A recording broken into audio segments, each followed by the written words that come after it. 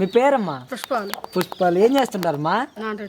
Non రొట్లు అమ్ముకుంటుంటారు. ఏంటమ్మా మరి government ఏ విధంగా ఉంది ఇప్పుడు జగన్ గారిది? బానే ఉందా? నెక్స్ట్ ఎవరు రావాలనుకుంటున్నావు అమ్మా? జగనే రావాలనుకుంటున్నావు. ఎందుకని రావాలనుకుంటున్నావు అమ్మా? ఏం చేశాడు మా జగన్? మరి ఈ పథకాలు ఇవ్వడం వల్ల ఉపయోగం ఏంటంటారు? మంచి పనులు చేస్తుంటే మళ్ళీ ఆయనే రావాలనుకుంటున్నాం. మరి పథకాలు ఇచ్చి సోమరిపోతులను చేస్తున్నారు జనాలు అంటున్నారు కదా. మాకు మంచి చేశాడు, మేకంగా ఆయనే కావాలి. మరి మీరు గత ప్రభుత్వంలో ఏ విధంగా ఉండే? ఇన్ని పథకాలు ఉన్నాయి గతంలో?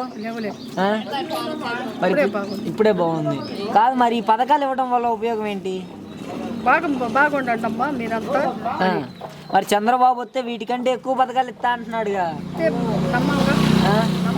అన్నం పెట్టేవాళ్ళకి పెట్టిన వాళ్ళకి ఏం చేయాలి? చివరి అవకాశం అడుగుతున్నాడు చంద్రబాబు నాయుడు. ఈసారి గెలిస్తే ఇంకా మంచి చేస్తాడంట ఆడపడుచులకి. ఎట్ట పోతాం పాంగా ఎట్ట పోతాం?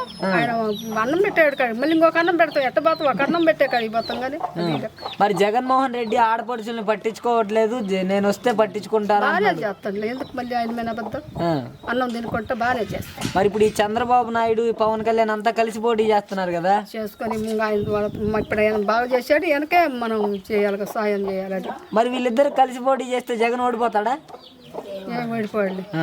గెలుస్తాడు. ఓకే.